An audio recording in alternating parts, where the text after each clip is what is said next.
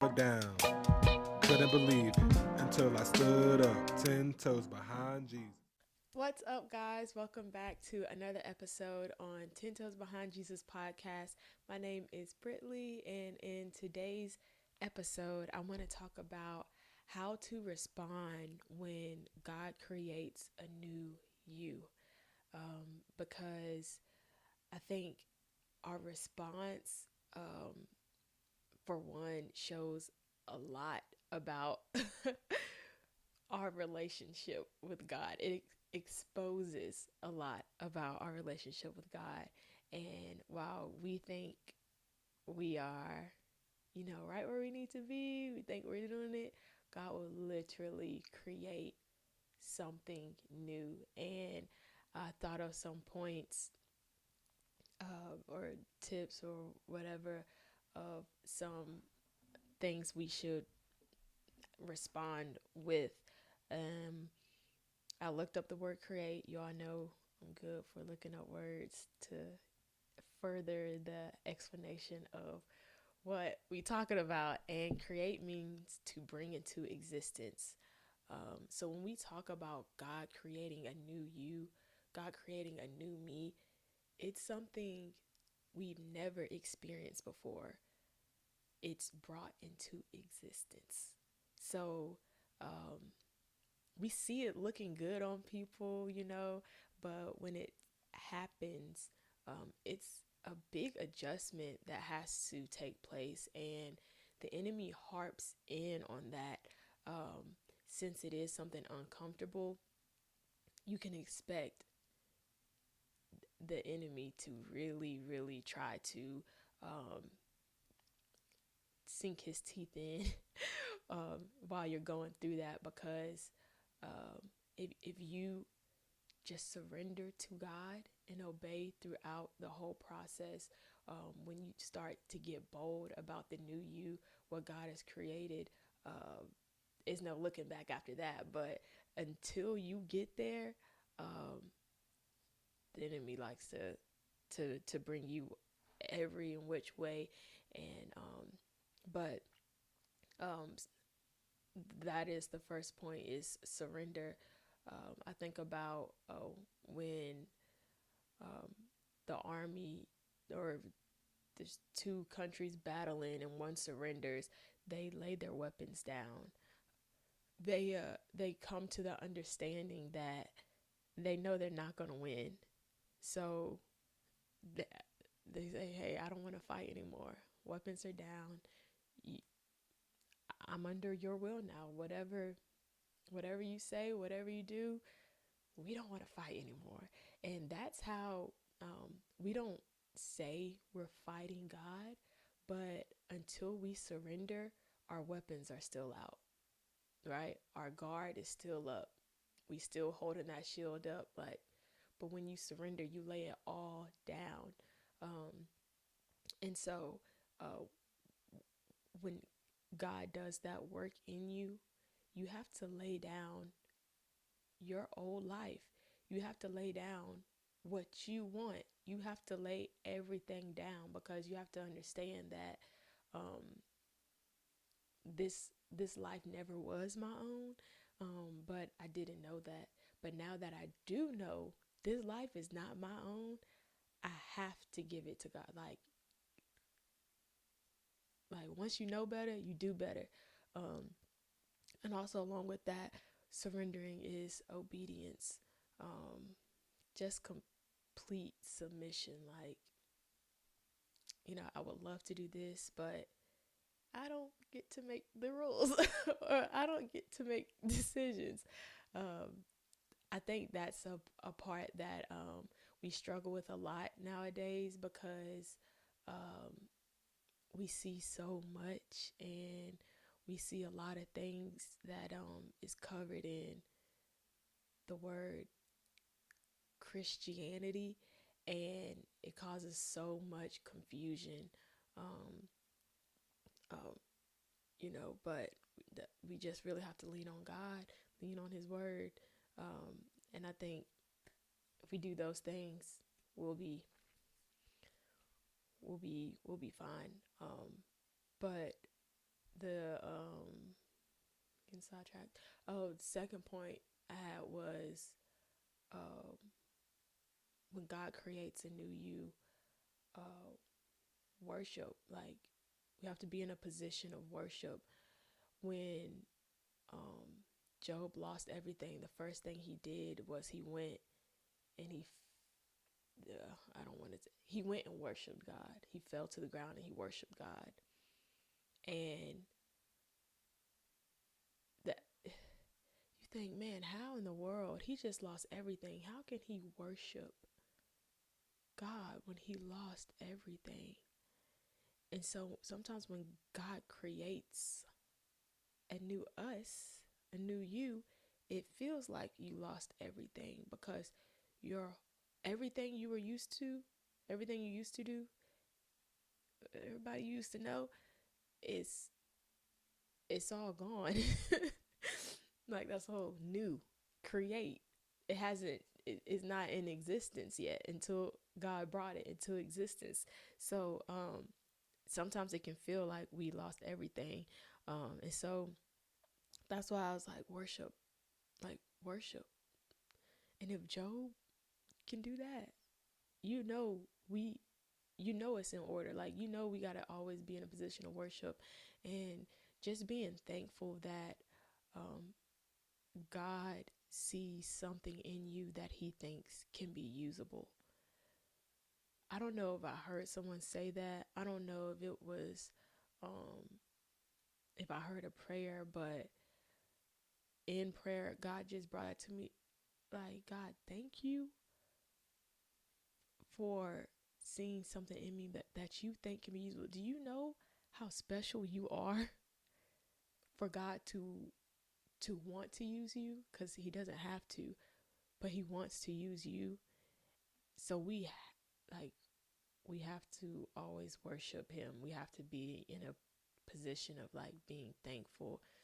Um, we just have to. And so for God, now we don't think our life um, at the time was jacked up, or but once God creates a new us, we realize, man, I needed this more than I even knew I needed this, right? Like, God saw God saw we needed a way out, we needed a better way, and instead of letting us just ignorantly suffer, he stepped in again, not because he had to, but because he wanted to.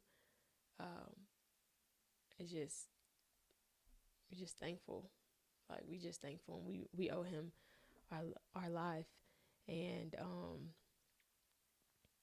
golly, I'm moving through this quick, y'all. I made this video. This is the seventh time I've recorded this, and that has never happened. It's almost about to be 2 years of podcasting, and that has never happened. So I pray someone needs to hear, like, I pray this helps someone, because I don't know what's going on. But the last point is or the third one, I don't know. Oh, when God creates a new you, be confident, be bold. Don't let, just because it's new, don't let the enemy take advantage of you. You all know, like the new, when someone new comes to school, or someone new joins the team, or the freshmen, because they're new, this is their first time, they don't really know how things go. So people will kind of take advantage of them. And that, don't let the devil take advantage of you, because you'll mess around and God done created something new and you go back to old. Like, sorry. I just think about how the devil tried so hard to convince me that I was weird, or just like outcasted or different, because God gave me this passion, this desire. And there was a time where I would I don't know, I would go to bed thinking about God, like God's goodness. I don't know if I was reading the Bible or listening to music, I don't know anything, but I wake up thinking about God, thanking God. And it got to a point to where I woke up one morning and I said, man, God is all I think about.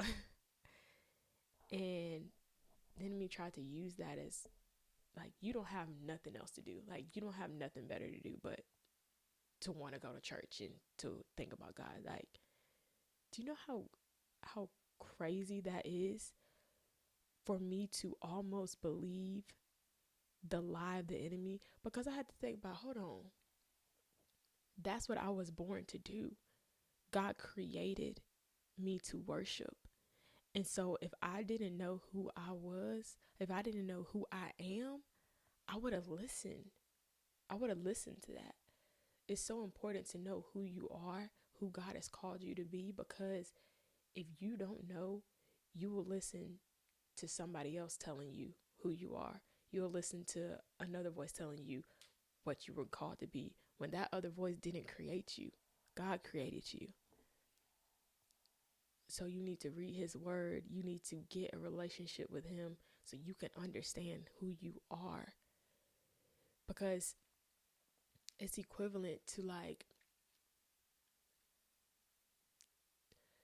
you know how you see someone hanging around a group of people and you're like, those are not your friends. Because they over here telling you to do this, they telling you that, and you just following them. And you the only one gonna get caught. You the only one gonna get in trouble. But you don't know who you are. So you will listen to other people telling you who you are. And where is that gonna get you? Nowhere. So we have to know who we are, and when God creates that new you, we gotta really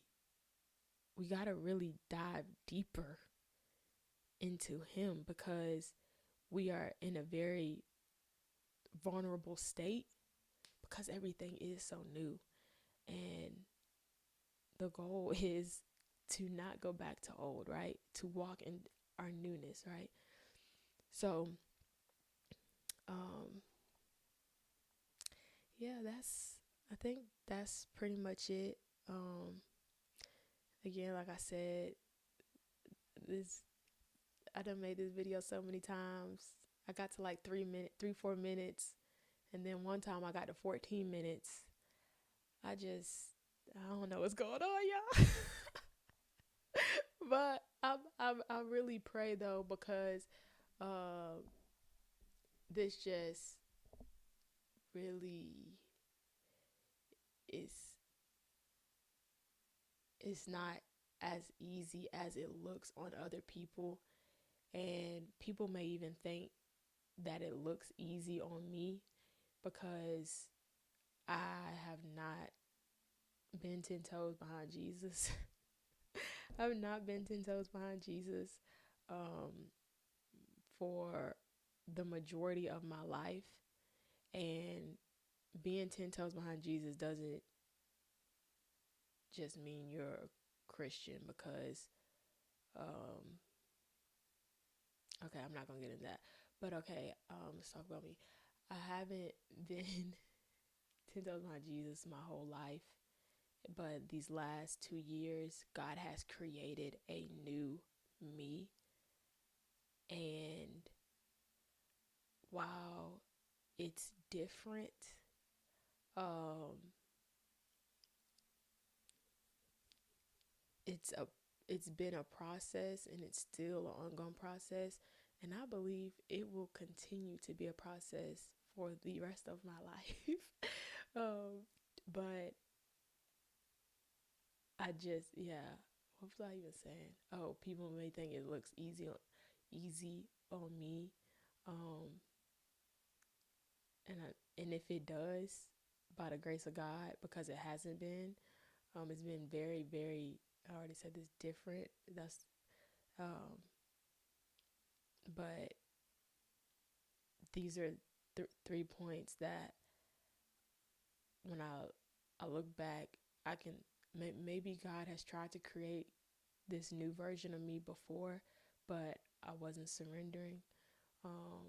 Maybe God, you know, tried to do this before, but I wasn't bold. Or maybe God tried to do this before, but I didn't look at it as an opportunity to worship. I looked at it as an opportunity to complain, to groan, to all of those things. And so, from experience, um, I think those are 3 things that have helped me. Okay, all right, we about to wrap this up because I'm starting to talk slow. But um, again, I hope this podcast episode helps someone out there. Um, and yeah, don't forget to stay 10 toes behind Jesus because you know he's 10 toes behind you. See y'all in the next video.